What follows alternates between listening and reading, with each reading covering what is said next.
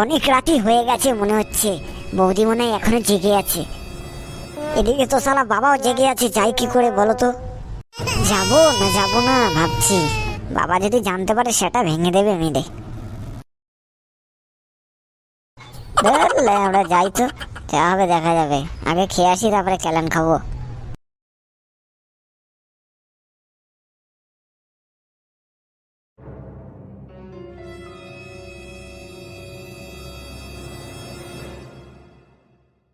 Hello darling, চলে এসছি বাইরে, কদমতলার নিচে আছি। তাড়াতাড়ি চলে আসো, বেশি দেরি করো না।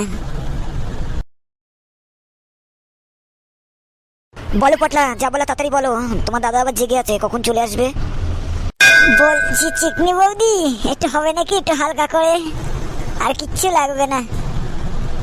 দূর পটলা, তুমিও না পারো বটে, সবসময় এক জিনিস, ভালো লাগে না। এরকম করলে হয়? 713 নদী পার করে এসছি সোনা, কাছে এসো।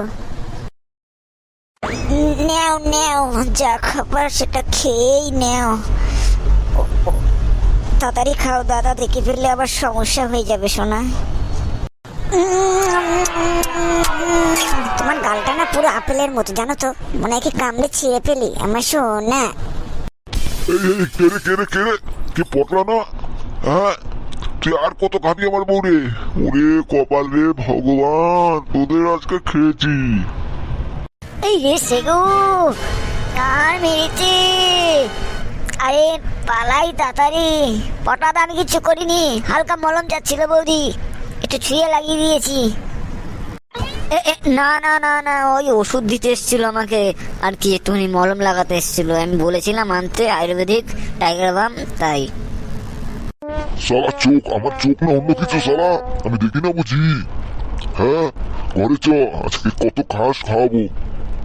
বৌদি আমি আবার আসবো লাগাতে, মানে ওষুধ। আজকে দাদাকে একটু সামনে নিও বৌদি। এই শালা শুয়ো, দাঁড়া দাঁড়া, শালা পালাবি না। এটা তো আজকে খুলবো কাঠ, ঘরে নিয়ে গিয়ে লাইট অফ করে, তারপরে তোর তোর কালকে দেখছি আমি।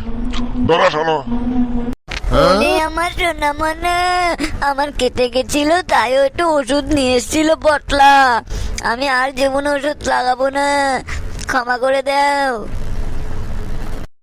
শালা চুপ, তোকে আমি কি কম দিয়েছি? হ্যাঁ, পরপর শেষাতে লটর মটর, ঘরে চ, তোর কোপাবো।